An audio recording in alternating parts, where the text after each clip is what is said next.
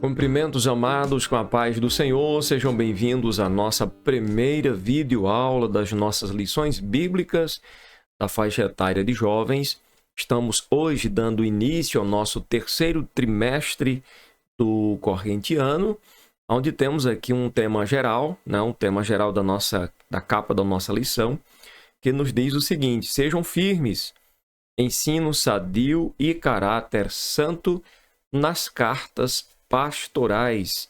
Estaremos estudando a palavra de Deus dentro das cartas pastorais. Certamente teremos um extraordinário aproveitamento durante esse trimestre. Nossa primeira lição tem como assunto Introdução à primeira carta a Timóteo. Vamos desenvolver aqui o nosso assunto partindo do texto principal, 1 Timóteo, capítulo de número 4, e versículo 12: ninguém despreze a tua mocidade, mas seu exemplo dos fiéis na palavra, no trato, no amor, no espírito, na fé e na pureza. Pelo que pude observar do nosso terceiro trimestre, é que ele vem trazendo um assunto central nas nossas lições bíblicas em todas as faixas.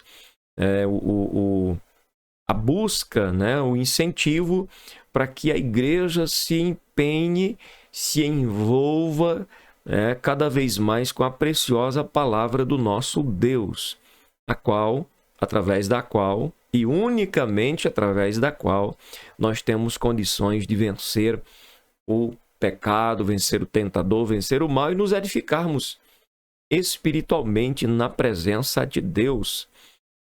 Nosso resumo de hoje, o resumo da nossa lição, nos diz: as cartas pastorais, embora escritas em um tempo distinto do nosso, as cartas pastorais foram escritas há quase 2000 anos atrás, bastante tempo, mas apresentam orientações importantes para a igreja e a liderança atual. Vários assuntos que aparecem nas cartas são de extrema necessidade para vivermos nos dias atuais. É a palavra de Deus que não está subordinada ao tempo. Ela é importante e preciosa em todos os tempos, em todas as épocas. Ela transcende a questão temporal.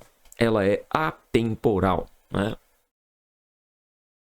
Nós temos um texto bíblico a ser lido em sala de aula, que é 1 Timóteo 1, capítulo 1, verso 1 ao versículo de número 7.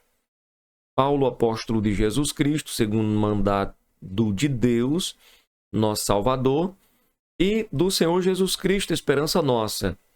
A Timóteo, meu verdadeiro filho na fé, graça, misericórdia e paz da parte de Deus, nosso Pai, e da de Cristo Jesus, nosso Senhor. Como te roguei quando parti para a Macedônia, que ficasses em Éfeso, para advertires alguns que não ensinem outra doutrina, nem se deem a fábulas ou a genealogias intermináveis, que mais produzem questões do que a edificação de Deus, que consiste na fé, assim o faço agora. Ora, o fim do mandamento é o amor de um coração puro, de uma boa consciência, de uma fé não fingida, do que desviando-se alguns se entregaram a vãs contendas, querendo ser doutores da lei e não entendendo nem o que dizem, nem o que afirmam. As cartas pastorais são mensagens de um plantador de igreja experiente, que no caso aqui o apóstolo Paulo. Há 2 filhos na fé que foram chamados, vocacionados para o serviço cristão, Timóteo e Tito. Essas cartas nos edificam, de um lado, através do exemplo paulino de afeição e cuidado pastoral, e, por outro lado, com a devoção, obediência e lealdade desses 2 dedicados jovens pastores, Tito e Timóteo. Embora jovens, mas Deus confiou a eles o apacentar do rebanho do Senhor. A beleza dessas cartas, seu conteúdo doutrinário e sua singular praticidade eclesiástica serão analisados ao longo de todo o trimestre. vamos conhecer os desafios que Timóteo e Tito enfrentaram e como foram instruídos para atuar como líderes espirituais. Que tenhamos uma compreensão maior da vida eclesiástica sobre a ótica pastoral e sejamos mais engajados na sublime obra de servir a Deus na Igreja de Cristo. Esta foi a nossa introdução. Agora vamos ao nosso primeiro tópico. Timóteo no contexto das cartas de Paulo. Epístolas pastorais. Paulo escreveu 13 dos 27 livros do Novo Testamento. 9 são cartas dirigidas às igrejas e 3 enviadas a pastores. 1º e 2º Timóteo e Tito. O rol se completa com uma carta pessoal escrita a Filemon. 10 cartas foram escritas antes e durante a primeira prisão do apóstolo em Roma, que se deu em 61 depois de Cristo e durou ali 2 anos. Antes da prisão, escreveu Gálatas, 1ª e 2ª Tessalonicenses, 1ª e 2ª Coríntios e Romanos, Colossenses, Efésios, Filipenses e Filemon são as chamadas cartas da prisão. Escrevendo durante as viagens, Paulo escreveu 1 Timóteo e Tito entre 63 e 65 depois de Cristo. Durante a viagem que realizou depois de seu primeiro aprisionamento em Roma, seu último livro, a segunda carta a Timóteo, foi escrita durante o segundo aprisionamento, de dentro de uma das cadeias romanas, por volta de 66 a 67 depois de Cristo. Os fatos narrados nas cartas pastorais, portanto, são posteriores às narrativas contidas em todos os demais textos paulinos e nos registros de Lucas em Atos 28, verso 30 e 31. Por isso, além da substancial teologia pastoral, essas 3 cartas enriquecem o contexto neotestamentário com valiosas informações históricas dos últimos anos do ministério de Paulo, que, embora estivesse preso, mas ele mesmo chegou a dizer: a palavra de Deus não está presa.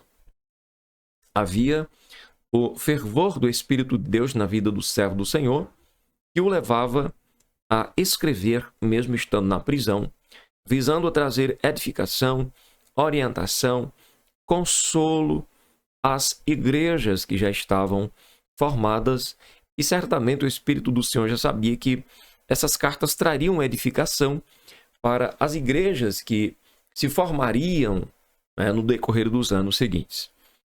De volta às viagens, não foram apenas os 2 anos de prisão domiciliar em Roma que afastaram Paulo de sua lida missionária. Antes disso, ficara preso aproximadamente 3 anos. Desde sua prisão em Jerusalém, passando pelos mais de 2 anos de encarceramento em Cesareia, até a chegada à capital do Império. Somente depois de 5 longos anos privado de sua atividade apostólica e pastoral presencial, Paulo volta a viajar. É possível que nessa oportunidade ele tenha realizado o seu desejo de ir à Espanha. O que se sabe com certeza é que visitou algumas das igrejas que havia fundado durante suas 3 grandes viagens missionárias. Entre elas, Creta e Éfeso. Como já mencionamos, mesmo aprisionado, Paulo continuou vivendo como um fiel e atuante ministro de Cristo. Além das 4 cartas que escreveu, em Roma ele pregava e ensinava as coisas pertencentes ao Senhor Jesus Cristo, demonstrando seu profundo compromisso com o seu Salvador. Como ele mesmo escreveu, entendia que era o prisioneiro de Jesus, prisioneiro de Jesus Cristo a favor dos gentios ou pelos gentios. Portanto, Paulo foi fiel em todo o tempo, livre ou estando ali preso, mas ele continuava fazendo a vontade do Senhor, continuava estimulando a igreja, exortando a igreja, ensinando, orientando e dirigindo a igreja do Senhor e Salvador Jesus Cristo, cumprindo assim o seu ministério. E quando ele chega ao tempo de morrer, ele pôde dizer: combati o bom combate, corri a carreira e guardei a fé. Dele já a coroa da justiça me espera, a coroa da vida eterna me espera. Segundo tópico, Timóteo, verdadeiro filho. Nós falamos aqui rapidamente sobre as epístolas pastorais, como elas foram escritas, em que contexto elas foram escritas e para quê, né, que foram escritas, embora que brevemente. Mas agora vamos falar um pouquinho sobre Timóteo, verdadeiro filho. A origem de Timóteo. Ele nasceu em Listra, cidade da Licaônia, na província romana da Galácia, e a sua mãe era Eunice, e ele tinha sua avó chamada Lóide, que eram judias, e ensinaram as escrituras para ele desde a sua infância. Acredita-se que ele, sua mãe e sua avó tenham se tornado cristãos por ocasião da primeira viagem missionária de Paulo, junto com Barnabé. Pois em Listra, muitos se tornaram discípulos de Cristo pela pregação do apóstolo Paulo, conforme aparece em Atos 14, versos 6 ao 23. Quando Paulo retorna a Listra, agora junto com Silas em sua segunda viagem missionária, encontra Timóteo, filho de uma judia que era crente, mas que era de pai grego, do qual davam bom testemunho os irmãos que estavam em Listra e em Icônio. Aqui temos um breve relato sobre a origem de Timóteo, que embora fosse de pai grego e de mãe judia, mas findou convertendo-se ao ouvir a preciosa palavra de Deus. Segundo subtópico, o companheiro de Paulo. Bom testemunho de Timóteo, fruto de sua educação espiritual e seu progresso na fé cristã, motivou Paulo a convidá-lo para o acompanhar em sua jornada missionária. Como Timóteo não era circuncidado, o apóstolo decidiu circuncidá-lo por causa dos judeus que estavam naqueles lugares. Só um detalhe aqui é que Paulo não circuncidou a Timóteo para, desta forma, tentar agradar o Senhor ou porque os cristãos precisassem da circuncisão. Não, fez isso por causa dos judeus que estavam naquela região e eles certamente iriam persegui-los por causa da falta dessa prática religiosa que era costumeira deles.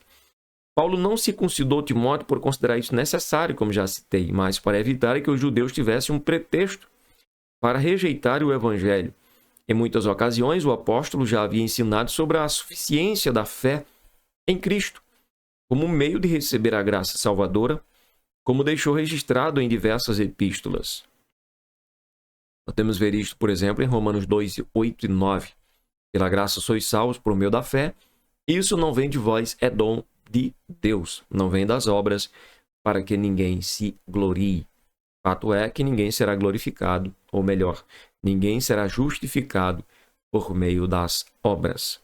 Paulo tinha uma compreensão muito clara da obra da salvação, acima de qualquer prática legalista, porque em Jesus Cristo, ele dizia, nem a circuncisão, nem a incircuncisão tem virtude alguma, mas sim a fé que opera por amor.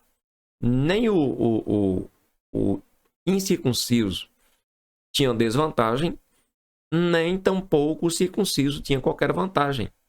Diante de Cristo, o que valia e o que valerá para sempre é a fé que opera por amor. Precisamos, então, compreender bem o que é a liberdade cristã e o lugar das obras no propósito divino. Como nos ensina o apóstolo, somos salvos pela fé, criados em Cristo Jesus para as boas obras, as quais Deus preparou para que andássemos nelas. Ou seja, por que praticamos boas obras? Porque se praticarmos as boas obras, seremos salvos? Não. É porque o Senhor nos criou, nos gerou de novo, nos fez nascer de novo, nos fez novas criaturas para a prática das boas obras. Porque a prática de más obras é incompatível com a fé, já que a fé que vem por meio da palavra de Deus, por meio do conhecer a palavra de Deus, É uma fé viva, é uma fé ativa, é uma fé que nos direciona, nos impulsiona a agradar aquele que nos salvou por meio desta fé. Então, aquele que é salvo em Cristo, que compreendeu a mensagem do Senhor, ele sabe, ele entende que a partir de então, a vida a ser vivida é vivida para glorificar a Cristo. E isto conta com a obediência à palavra de Deus e com a prática das boas obras. Não é verdade? Então, isto é um ponto fundamental, deixando claro que as boas obras não é para salvação, mas as boas obras acompanham todo salvo. Terceiro subtópico, Evangelho da circuncisão. Conforme o dicionário Wycliffe, a circuncisão é literalmente a remoção cirúrgica do prepúcio, do órgão masculino, sexual masculino. Foi ordenada por Deus como um concerto entre ele e os descendentes de Abraão. Isso aconteceu lá por volta de Gênesis 17, verso 10 ao 14. Tendo sido ratificada ao povo de Israel nos dias de Moisés, Levítico 12, verso 1 ao 3. Observa-se que, em relação a Tito, que era grego, o apóstolo deliberadamente decidiu que não deveria ser circuncidado, embora houvesse certa pressão de judeus, aos quais Paulo chama de falsos irmãos. Aos Gálatas, o apóstolo diz textualmente que havia sido comissionado a pregar o evangelho da incircuncisão. Hoje, de igual forma, precisamos ter o cuidado de não ser enganados pelos judaizantes, que ignoram o fato de que em Cristo não estamos mais sujeitos aos preceitos da lei mosaica, como por exemplo, guarda do sábado, a abstinência de certos alimentos e práticas litúrgicas que são próprias do judaísmo. São práticas que não são necessárias nem obrigadas àqueles que são salvos por meio da fé em Cristo Jesus. Terceiro e último tópico. Timóteo, um jovem ministro. A trajetória. Antes de ser comissionado por Paulo para ser o pastor da igreja em Éfeso, Timóteo serviu ao apóstolo por longos anos, desde o dia em que foi convidado para acompanhá-lo em suas viagens. Considerando a opinião de alguns estudiosos de que Timóteo tinha entre 30 e 35 anos, quando pastoreava os Efésios, podemos afirmar que ele tenha se tornado cooperador de Paulo com, no máximo, 20 anos de idade. Isso por volta de 50 anos depois de Cristo. Foi assim, tão jovem, que ele acompanhou fielmente o apóstolo em sua segunda e terceira viagem, alcançando confiança para missões de alta relevância espiritual, como quando designado durante as viagens para servir nas igrejas em Tessalônica, Corinto e Filipos. Então, o que nós vemos aqui? Nós vemos aqui um ensinamento, uma instrução de que é possível, sim, ser fiel e compromissado com Deus na juventude. É possível, sim, ser fiel e compromissado com Deus na juventude. E se o Senhor o chamar à obra dele, é possível, sim, ser um obreiro fiel, leal e dedicado, temente ao Senhor e que se desvia do mal na juventude. Temos um exemplo aqui de Timóteo, temos um exemplo de Paulo, que era jovem também, e outras pessoas na Bíblia, e temos exemplos atuais. Existem pessoas que assumiram o ministério na juventude e, para a glória de Deus, foram fiéis até o fim, hoje estão no estado de velhice, mas continuam firmes na presença de Deus. Então, isto serve para estimular os nossos jovens a se dedicarem ao Senhor, seu Deus, porque vale a pena. Por ocasião do primeiro aprisionamento de Paulo em Roma, lá estava Timóteo. O apóstolo cita-o em 3 das 4 cartas da prisão. Solto, leva-o consigo em sua quarta e última viagem missionária, quando roga para que fique servindo na igreja em Éfeso. O roteiro final. O exato roteiro da viagem de Paulo após sua primeira prisão em Roma não é conhecido, principalmente porque o propósito das cartas que ele escreveu a Timóteo e a Tito não era de registro histórico, por isso que não consta.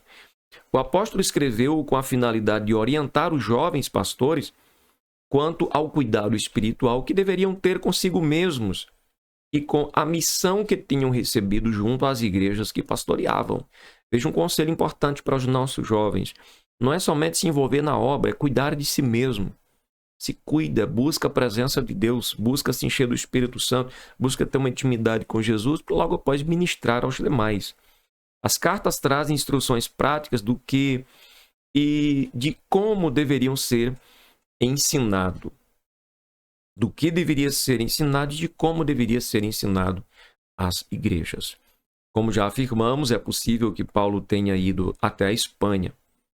Certo é que visitou Creta, onde deixou Tito, e algumas cidades da Ásia Menor, como Mileto.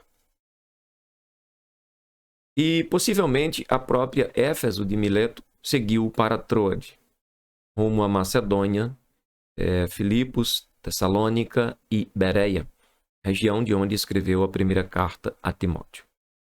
Nosso último subtópico, a responsabilidade de Timóteo. Veja que, embora fosse jovem, mas tinha responsabilidade diante da obra de Deus. O problema da igreja em Éfeso eram os falsos mestres que estavam ensinando outra doutrina, envolvendo fábulas e genealogias intermináveis, que mais produziam questões do que edificação de Deus. A responsabilidade de Timóteo era adverti-los de seus erros doutrinários e cuidar ele mesmo do ensino da boa doutrina. A ortodoxia, que é a crença correta, a doutrina correta, que Paulo também chama de sã doutrina, era isto que Timóteo ia ensinar e transmitir para o seu povo. Timóteo também deveria transmitir ensinos práticos para toda a igreja e exercer a disciplina eclesiástica. Apesar de ser ainda jovem, segundo os padrões da época, apresentar certa timidez e enfrentar frequentes enfermidades, inclusive estomacais, foi-lhe dada a grande responsabilidade de cuidar de uma das mais importantes ou principais igrejas do primeiro século. Aliás, a principal da Ásia Menor. Segundo a Bíblia de Estudo Pentecostal, 7 anos antes desta primeira carta a Timóteo, no final de sua terceira viagem missionária, quando seguia para Jerusalém, Paulo teve uma reunião com os presbíteros de Éfeso na vizinha cidade de Mileto e os advertiu do aparecimento de lobos cruéis, que não tinham dó do rebanho, que queriam aproveitar-se apenas do rebanho, que não perdoariam o rebanho, e de homens que falariam coisas perversas para atraírem os discípulos após si, pessoas que gostam das multidões lhe aplaudindo, os reverenciando, quando na verdade só Jesus merece toda a honra, toda a glória, todo o louvor e toda a majestade e toda a exaltação. Agora isso já havia acontecido e cabia a Timóteo defender a pureza do Evangelho. Cabe a nós também nos dias de hoje defendermos a pureza do Evangelho, não importa a idade. Se você é apenas um jovem, ou melhor, se você ainda é jovem, não apenas, eu retiro apenas, mas se você é ainda jovem, saiba que você não é inferior a ninguém. Você é uma pessoa, você é um ser, você é um servo, é uma serva de Deus e Deus conta contigo para guardar a sua palavra. Conclusão, estamos apenas começando nossa empolgante jornada de estudos das cartas pastorais. Ao longo do trimestre estudaremos muito mais a respeito de Timóteo e seu edificante exemplo.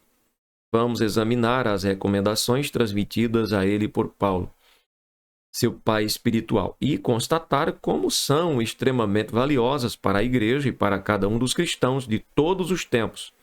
Que a graça de Deus permaneça com todos nós. Deus abençoe a tua vida. Até a próxima aula em nome de Jesus.